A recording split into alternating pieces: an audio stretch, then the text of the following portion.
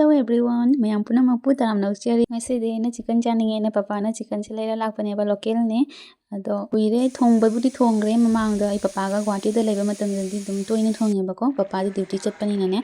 chicken na dum namna chare gwati dadi ado aina YouTube tagi Chabada Ngaojei ki video yengaga si thonjabane si recipe sima do yam magi thongaga chab puna ma hawado ma leba chicken ai di chicken ta ma chabani na ne chicken thongba namba isu yam hawado male yengi ai Chabada Ngaojei ki video se dum yengi ba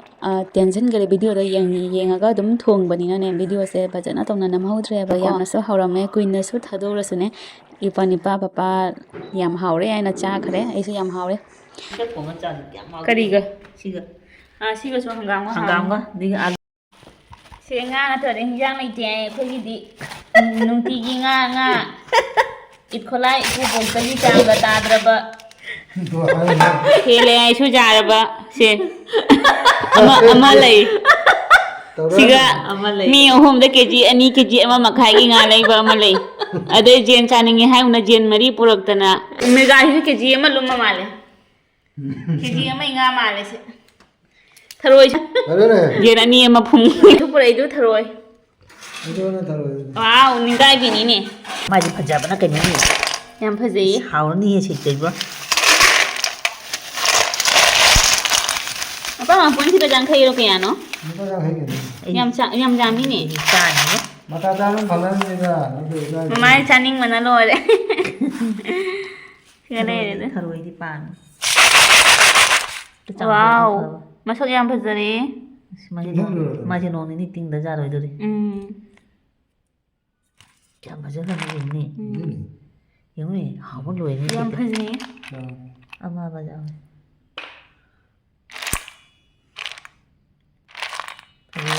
phajei si tingthel lani no mini ni romi tinga ga cha ta se ahum da lupa kun si kang choi cha bazaar si su kang choi pam ba si ga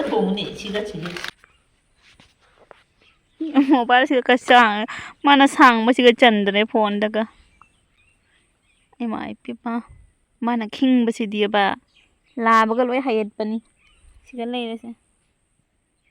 sena phaja batani sena sena ngami akhoi nupi sina ngami Yo guys ai thu yare paktre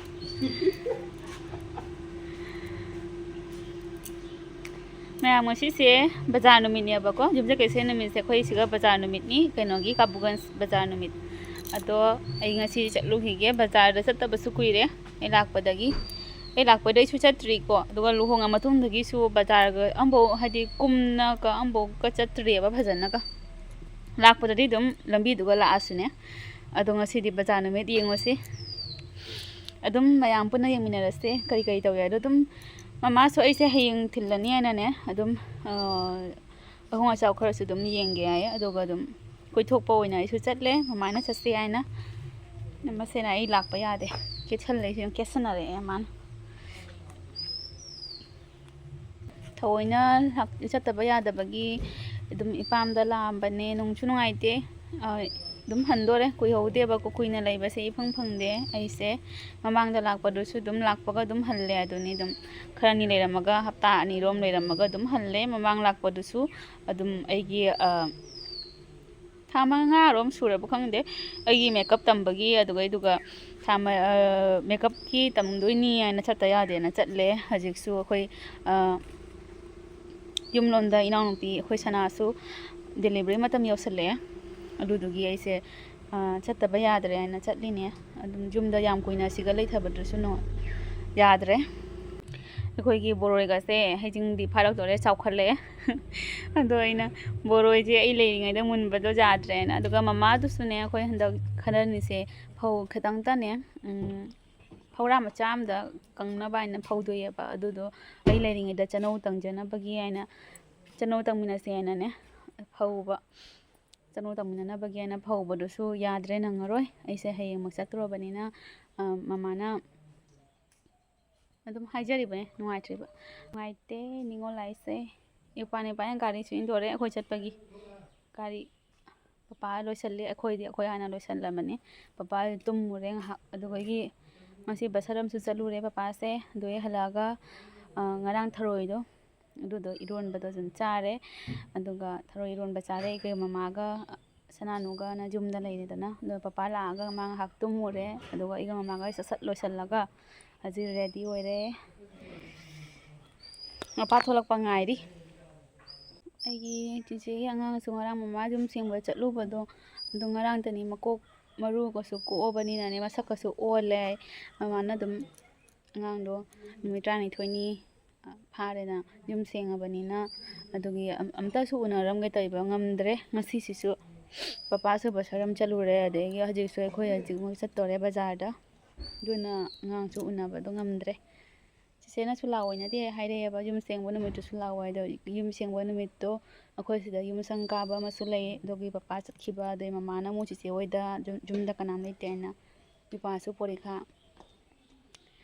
ꯑꯗꯨꯗꯨꯅꯦ ꯎꯅꯗ꯭ꯔꯦ ꯈꯪꯗꯦ ꯃꯃꯥꯗꯤ papa ready ꯑꯣꯏ ꯂꯩꯔꯦ papa ready ꯑꯣꯏꯔꯦ ꯑꯩꯈꯣꯏ ꯄꯄꯥꯁꯦ ꯅꯩꯗ꯭ꯔꯥ ꯌꯦꯡꯉꯨꯁꯦ ꯅꯩꯕꯅꯤ ꯑꯩꯈꯣꯏ ꯄꯄꯥꯁꯦ ꯐꯤꯒꯔꯒꯗꯤ ꯄꯨꯔꯥ ꯌꯦꯡꯉꯨꯅꯦ ꯄꯥꯇꯛꯅ ꯌꯥꯝꯁꯨ ꯅꯣꯏꯗꯦ ꯌꯥꯝꯅꯁꯨ ꯄꯥꯗꯦ ꯄꯨꯔꯥ ꯆꯞ ꯆꯥꯈꯔꯦ ꯑꯩꯈꯣꯏ ꯀꯪꯒꯥꯡ ꯑꯣꯏ ꯅꯠꯇꯦ ꯅꯣꯏꯅ ꯈꯣꯠꯅ ꯀꯩꯁꯨ ꯀꯥꯏ ꯄꯥꯈꯪ ꯃꯆꯥ ꯃꯥꯟꯕꯅꯤ ꯑꯩꯈꯣꯏꯒꯤ ꯂꯩꯁꯥꯕꯤ ꯃꯆꯥ ꯊꯣꯛꯂꯛꯇꯣꯔꯦ ꯑꯩꯈꯣꯏ ꯏꯃꯥꯁꯦ ꯑꯩꯈꯣꯏ ꯄꯂꯦꯝ ꯏꯃꯥ ꯊꯣꯛꯂꯛꯈꯤꯗ꯭ꯔꯦ ꯂꯥꯛꯑꯣ ꯂꯥꯛꯑꯣ ꯂꯥꯛꯑꯦ ꯑꯩꯈꯣꯏ ꯄꯂꯦꯝ ꯏꯃꯥꯁꯨ ꯊꯣꯛꯂꯛꯑꯦ ꯂꯧꯄꯥꯛ ꯃꯌꯥꯝꯁꯦ ꯂꯧ ꯃꯨꯜꯂꯛꯄꯩꯁꯨ ꯐꯖꯕꯅꯤ ꯑꯗꯒꯤ ꯂꯧ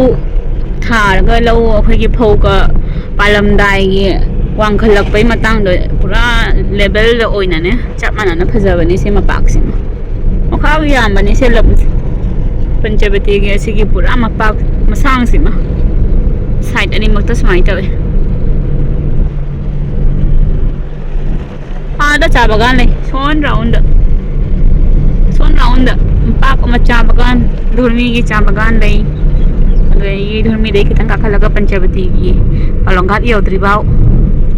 ꯂꯩꯔꯦ ꯕ꯭ꯂꯣꯛ ꯌꯥꯝꯃꯅꯥꯄꯣ ꯂꯣꯏꯗ꯭ꯔꯥꯅꯦ ꯆꯪꯅꯤꯡꯉꯦ ꯑꯩꯈꯣꯏ ꯖꯨꯂꯣꯡꯄꯨꯔ ꯊꯣꯡꯗꯨꯅꯤꯁꯦ ꯒꯥꯔꯤ ꯑꯆꯧꯕ ꯆꯠꯅꯔꯦ ꯑꯣꯇꯣꯒ ꯑꯗꯨꯝ ꯆꯠꯄ ꯑꯗꯨꯝ ꯎꯏ ꯇꯣꯏꯅ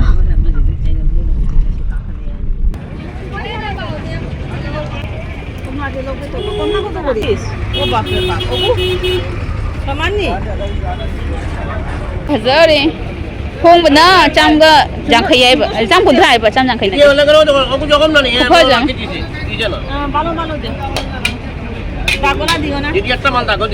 ꯐꯖꯅ ꯇꯧꯊꯔꯦ ꯀꯥꯃꯣꯁ ꯕꯖꯥꯔ ꯁꯣꯝꯗꯁꯨ ꯂꯩꯗ ꯖꯄꯥꯅꯤꯒ ꯄꯥꯝꯄ꯭ꯂꯦꯠꯀ ꯌꯥꯝ ꯁꯤꯡꯉꯨꯏꯕꯣ ꯑꯩꯈꯣꯏ ꯄꯨꯈ꯭ꯔꯤꯒꯤꯗꯣ ꯉꯥꯗꯣ ꯈꯪꯗꯦ ꯃꯄꯥꯗ ꯄꯨꯔꯤ ꯆꯥꯅꯤꯡꯕ꯭ꯔꯣ ꯀꯩ ꯀꯥꯅꯤ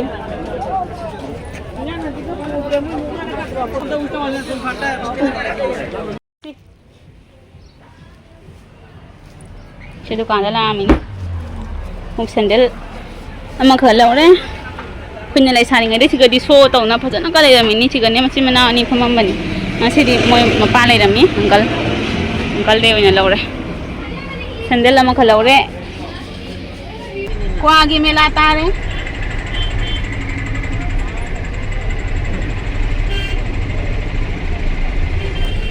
ꯕꯖꯥꯔꯅꯤꯅꯅꯦ ꯃꯤ ꯈꯨꯠꯇꯤꯟ ꯑꯃ ꯁ꯭ꯋꯥꯏꯁꯤꯅ ꯀ꯭ꯋꯥ ꯉꯥꯛꯇꯅꯤꯅꯦ ꯇꯧꯔꯤꯁꯦ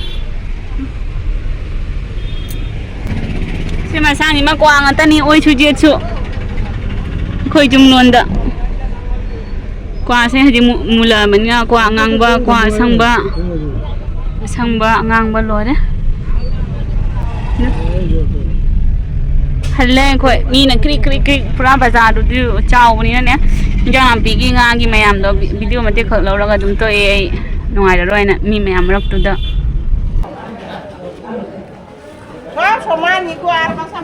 Didi barir nih gua. Oi. Asi lauro tu. Jadi. Yung giapan ba niya ya mata sam phang yang thol mi da. Hawre mi mai. Koithokle. Wow, phajabana. Tha se yung du punima naksalakpagi tha mapum pura phare. Tha yam phajai. Da ta re. Sanda ta sila Sida leire ngasi se Hanlmdaigi ibai lakani ado yupani pana ngasi phajana hauna thongdarani aina mana tawgare sise kg amaga 400 lumme 1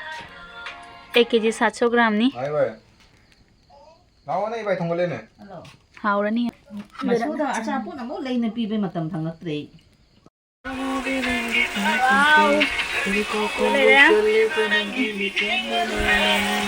Kita thongdarani se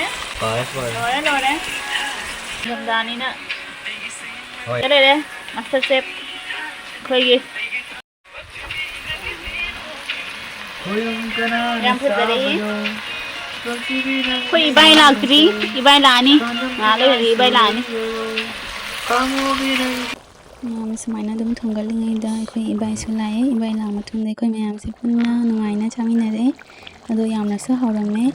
ado mayam ai video se matang sida dum basinjarage loibada dum ngasi tha phajabado dum aina mate kala hobado sida dum hapchinjare mayam next video ngai bira mo ngasi di matang sida dum kainarase